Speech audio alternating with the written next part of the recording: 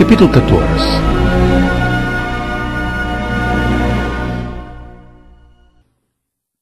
E aconteceu que em Icônio entraram juntos na sinagoga dos judeus, e falaram de tal modo que creu uma grande multidão, não só de judeus, mas de gregos. Mas os judeus incrédulos incitaram e irritaram contra os irmãos os ânimos dos gentios. Detiveram-se, pois, muito tempo, falando ousadamente acerca do Senhor, o qual dava testemunho à palavra da sua graça, permitindo que por suas mãos se fizessem sinais e prodígios. E dividiu-se a multidão da cidade, e uns eram pelos judeus e outros pelos apóstolos. E, havendo um motim, tanto dos judeus como dos gentios, com os seus principais, para os insultarem e apedrejarem, sabendo-o eles, fugiram para Listra e Derbe, cidades de Licaónia, e para a província circunvizinha. E ali pregavam o Evangelho.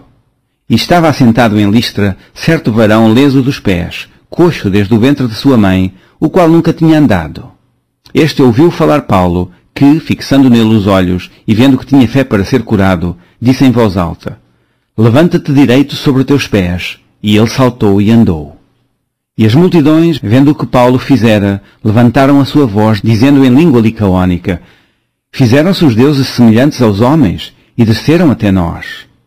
E chamavam Júpiter a Barnabé e Mercúrio a Paulo, porque este era o que falava. E o sacerdote de Júpiter, cujo templo estava em frente da cidade, trazendo para a entrada da porta touros e grinaldas, queria com a multidão sacrificar-lhes.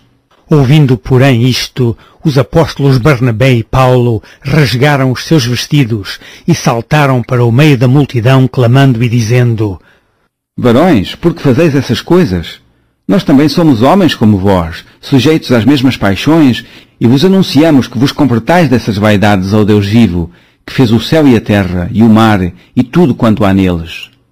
O qual nos tempos passados deixou andar todas as gentes em seus próprios caminhos, e contudo não se deixou a si mesmo sem testemunho, beneficiando-vos lá do céu, dando-vos chuvas e tempos frutíferos, enchendo de mantimento e de alegria os vossos corações. E, dizendo isto, com dificuldade impediram que as multidões lhe sacrificassem.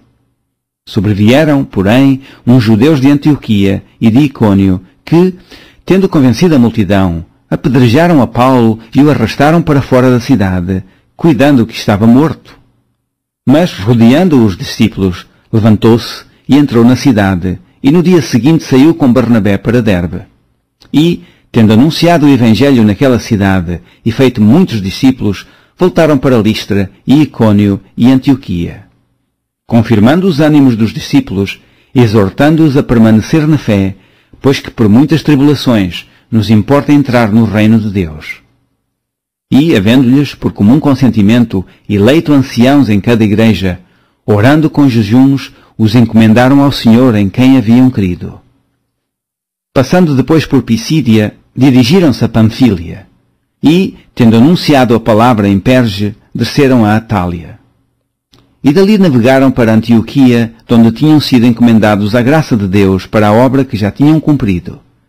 E, quando chegaram e reuniram a igreja, relataram quão grandes coisas Deus fizera por eles, e como abrir aos gentios a porta da fé. E ficaram ali não pouco tempo com os discípulos.